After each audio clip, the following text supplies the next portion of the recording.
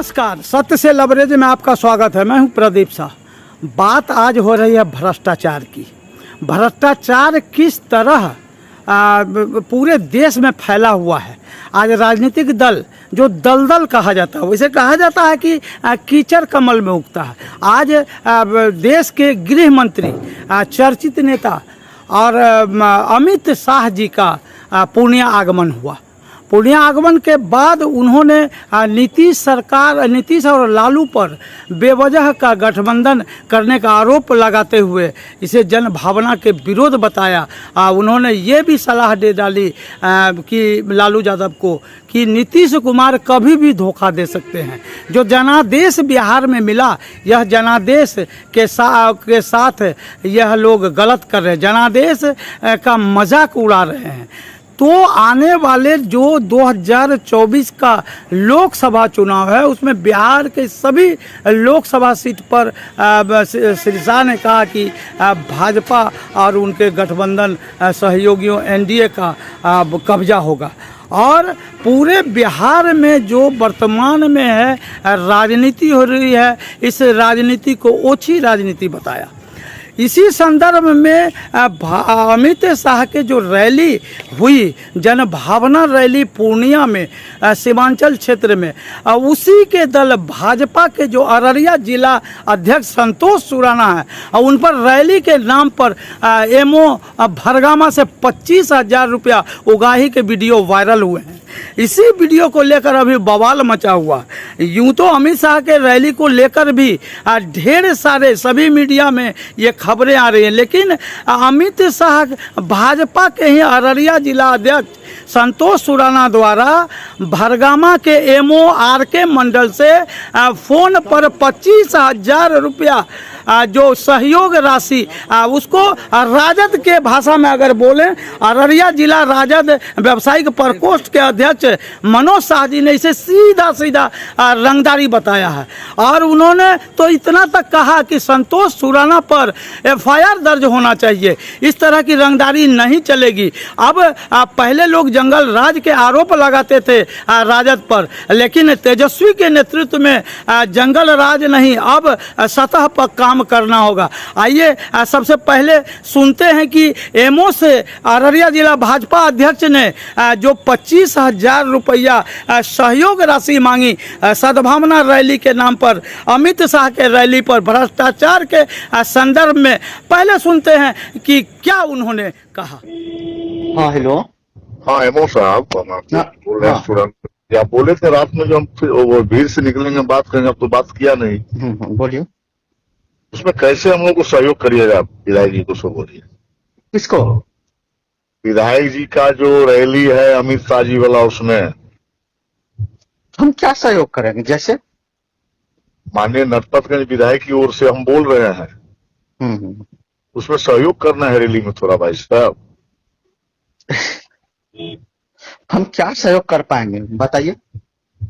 हम क्या बताएंगे, आप समझते ही होंगे जब इस प्रोफेशन में है तो। ऐसा नहीं है अभी।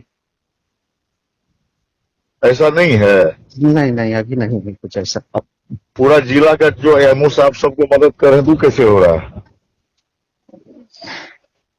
अच्छा ठीक है, सामने आइएगा, बात करेंगे।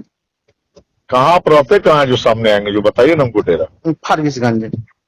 हम फारबिसगंज अभी आ रहे हैं। अब कहाँ मिलेगा हमको बताइए, हम मिल लेंगे आपसे। ठीक।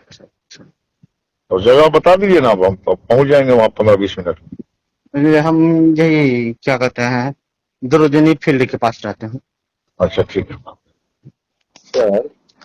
हाँ संतोष साहब। अरे आपको विधायक जी बुलाया था, आए नहीं आए भी। विधायक जी अभी वेट करके चले गए। न बोले थे बराजी जी इधर शेड्यूल संडे को ही फुर्सत रात में आएंगे फारबिसगंज 8-9-10 बजे, तो आप मिल जाइएगा।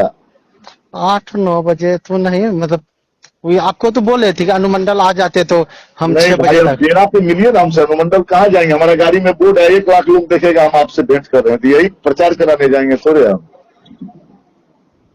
अब डेरा पे कहीं या मिल लीजिए, कहीं आप डेरा के सामने हमसे रोड पर मिल लीजिए। अच्छा ठीक।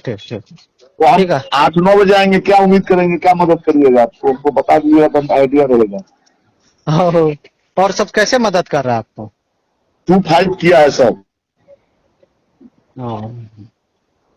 25,000 व्यवस्था रखिएगा, उसमें देख लीजिए जो थोड़ा बहुत 19-20 होगा, हम आते हैं।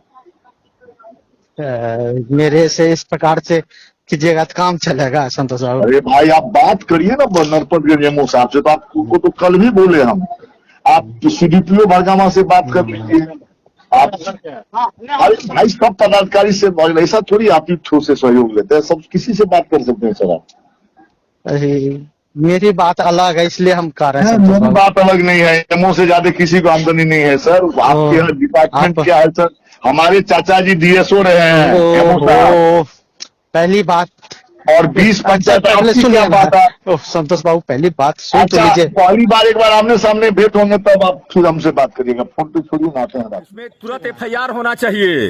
ये रंगदारी का मामला है, ये रैली के नाम पर रंगदारी वसूला जा रहा है और ये अफसरों को धमकाया जा रहा है। ये नहीं चलेगी, अफसर को भी काम करना होगा और जो रंगदारी मांग रहे हैं या इस रंग का जो काम कर रहे हैं वो भी समझ लें कि ये महागठबंधन की सरकार में नहीं चलने वाली है। यहाँ काम धरातल पर होगा और काम दिखना चाहिए, न चोरी करेंगे न चोरी होने देंगे। अब ये महागठबंधन की सरकार में चोरों का गुजारा नहीं है। सच्चाई पे रहिए और सच्चाई पर काम कीजिए। अररिया जिला भाजपा अध्यक्ष संतोष सुराना के द्वारा भड़गामा के एमओ से 25,000 रुपया की रंगदारी का अब वीडियो वायरल हुआ है। इस पर अररिया जिला राजद व्यावसायिक प्रकोष्ठ की ओर से मनोज शाह जी एक लाइन में बताइए कि क्या होना चाहिए। अरे भैया ये तो वीडियो वायरल के हिसाब से हम भी बोल रहे हैं, हम भी तो देखे नहीं हैं, लेकिन मान लिया आप जो बोल रहे हैं कि हमारी मंडल जी जो एमओ साहब है उससे बात हुई कि वो बोले कि नहीं घटना सच्चाई है, तो उनको तो तुरंत मान लीजिए जो भी उनके ऊपर के पदाधिकारी उनको सूचित करना चाहिए और एफआईआर दर्ज होना चाहिए। ये रंगदारी का मामला है, ये रैली के नाम पर रंगदारी वसूला जा रहा है, लोगों को धमकाया जा रहा है, अफसर को धमकाया जा रहा है। तो व्यापारियों के साथ क्या हुआ होगा? अफसर के साथ जब ऐसा हो रहा है, एमओ साहब जो भी मंडल जी हैं उनके साथ जब ऐसा हो रहा है, तो व्यापारियों के साथ क्या हुआ होगा? तो भ्रष्टाचार के संदर्भ में जो अभी देश में सरकार चल रही है, भाजपा की सरकार चल रही है और भाजपा के अररिया जिला अध्यक्ष गृह मंत्री अमित शाह के कार्यक्रम को सफल बनाने के लिए सरकारी कर्मी से जो पैसे मांग रहे हैं, उन्होंने पूरे जिले के एमओ से पैसा इकट्ठे होने की बात कही। विधायक भाजपा विधायक नरपतगंज का जयप्रकाश यादव का उन्होंने नाम लिया। तो ये भाजपा की जो लूट खसोट संस्कृति है, इसी संस्कृति पर जंगल राज के जो आरोप लगते थे, राजद के नेताओं का पलटवार और जदयू के नेताओं का पलटवार, ये सोचने वाली बात है कि सीमावर्ती क्षेत्र में जो राजधानी पटना से 380 किलोमीटर दूर ये रेणु माटी भोले वाले लोगों का क्षेत्र है, यहाँ जो अधिकारी उगाही करते हैं, हालांकि ये अधिकारियों का जो चरागाह बना हुआ है। पूर्णिया प्रमंडल पूर्व में कई मौके पर नीतीश कुमार ने इस मामले में संज्ञान लिया है। नशे के कारोबार यहाँ फलते फूलते हैं, यहाँ अवैध लॉटरी सट्टा, ऑनलाइन सट्टा के कारोबार फलते फूलते हैं। पूरे अररिया जिला में 7 से 8 लाख रुपया प्रति माह पुलिस की सेटिंग है और यहाँ अवैध लॉटरी चलते हैं, पकड़ाने के बाद छोड़े जाते हैं। केवल फारबिसगंज थाने का अगर संदर्भ लें तो 1.5 दर्जन अवैध लॉटरी से जुड़े मामले दर्ज हैं पिछले 1.5 दशक में। इसके अलावा ऑनलाइन सट्टा चलता है, नशे के कारोबार है। सीमा पर नेपाल से भारत विरोधी शक्तियां युवा वर्ग को नशे के आगोश में पहुंचा रहे हैं। भारत जो 21वीं सदी का सिरमौर बनने वाला है, लेकिन उसके युवा वर्ग को एक सोची समझी साजिश के तहत पाक की गुप्तचर एजेंसी और भारत विरोधी शक्तियां पंगु बनाने में लगे हुए और काफी हद तक सफल हुए हैं। हालांकि पुलिस ने कई मौकों पर नशीली दवाओं का खेप बरामद हुआ। बिहार में शराबबंदी है, लेकिन शराबबंदी के बाद लोगों में जो नशे का टेबलेट खाने की प्रवृत्ति हो गई, जो कोरेक्स पीने का, जो कोडिन युक्त चीज, युवा वर्ग बर्बाद हो रहे हैं। सोचना होगा कि नशाबंदी के बाद जो नशीली दवाओं का व्यापार बढ़ा है, इस व्यापार के पीछे है कौन? सत्य से लबरेज के लिए मैं प्रदीप शाह।